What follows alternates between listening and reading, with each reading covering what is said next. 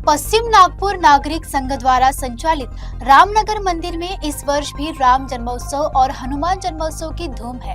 26 मार्च को निकलने वाली भव्य शोभा यात्रा में मुख्यमंत्री देवेंद्र फडणवीस और केंद्रीय मंत्री नितिन गडकरी सहित कई गणमान्य अतिथि शामिल होंगे। नागपुर के रामनगर स्थित श्री राम मंदिर में आस्था का सैलाब उमड़ने वाला है। गुड़ी पड़वा से शुरू हुए धार्मिक आयोजनों में गीत रामायण श्रद्धालुओं के आकर्षण का मुख्य केंद्र बना हुआ है। गुरुवार 26 मार्च को ठीक दोपहर 12 बजे प्रभु श्री राम का जन्मोत्सव मनाया जाएगा। शाम 5:30 बजे भव्य शोभा यात्रा का शुभारंभ होगा।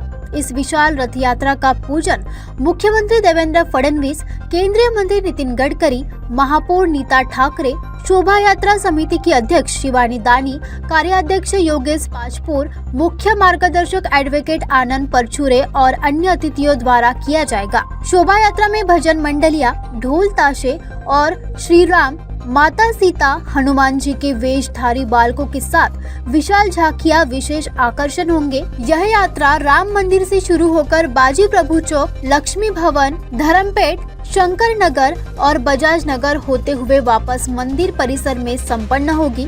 आयोजन समिति की अध्यक्ष शिवानी दानी और कार्याध्यक्ष योगेश पाचपोर, मुख्य मार्गदर्शक एडवोकेट आनंद परचूरे ने सभी भक्तों से इसमें शामिल होने का आह्वान किया है।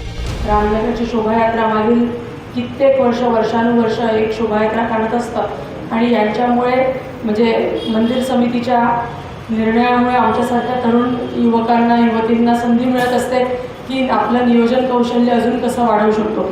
गेल्या वर्षी ही संधी आयोजन समितीने दिली होती, तेव्हा मी आणि योगेश आणि आमची पूर्ण टीम जी आहे ती आम्ही कदाचित बरं काम केलं म्हणून त्यांनी ती संधी आम्हाला पुन्हा दिलेली आहे। सो 26 तारखेची शोभायात्रा आपण ज्या प्रकारे गेल्या वर्षी साजरी केली त्याच प्रकारे आपण करणार आहोत। झाक्या असतील, मंदिराचा रूट ठरलेला आहे, चौकांमध्ये मोठं स्वागत होईल। बजाजनगरचं मोठं स्वागत, लक्ष्मीनगरचं, श्रद्धानंद पेठचं, अभ्यंकर नगरचं, VNIT गेटचं आणि त्याच्यानंतर पुन्हा वापस येताना या शाळेच्या जवळच्या चौकातला अशी सगळी मोठी स्वागत होतील। आपण 5 झाक्या या स्थानिक झाक्या ठेवतोय प्रॉपर रीतसर मनपाची परवानगी काढून। शोभायात्रेच्या 2-3 दिवस आधीपासूनच आपण 10 चौक पडतात त्या एरियामध्ये, त्यापैकी 5 चौक ऑल्टरनेट चौक आपण स्थानिक झाक्या ठेवतोय। आपण सर्वजण अनुभव घेतो की आपण जेव्हा पुलाच्या पलीकडे जातो, आपण महाल भागात जातो, तेव्हा अशा झाक्या आपल्याला ठिकठिकाणी बघायला मिळतात। लोक रस्त्यावर थांबून तो देखावा बघतात। आपण चालता देखावा नाही ठेवणार आहोत, पण आपण जी स्थिर झाकी असते ती आपण ठेवण्याचा यावेळेस प्रयत्न करतोय।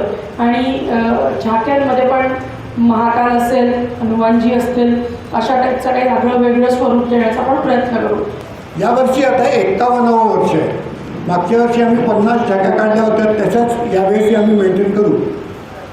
यावेळेस आम्ही शोभायात्रेची जी नेहमी पत्रकार परिषद घेतो ती शोभायात्रेच्या 2 दिवस आधी घेतो, पण यावेळेस विविध कार्यक्रम असे आहेत की ज्याची माहिती नागपूरकरांना व्हावी या दृष्टीने आम्ही ही पत्रकार परिषद एवढ्या लवकर घेतली आहे।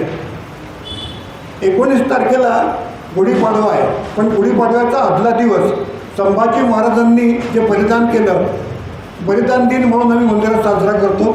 तर अशा थोर राजांमुळे आपण आज मंदिरात बसू शकतोय याची आपल्याला जाणीव होती। 19 तारखेला गुढीपाडवा, 20 तारखेला इथे भजनाचा कार्यक्रम आहे। त्याच्यानंतर जे कार्यक्रम आहेत ते समोरच्या मैदानात होणार आहे, याचा आपण खास उल्लेख करा।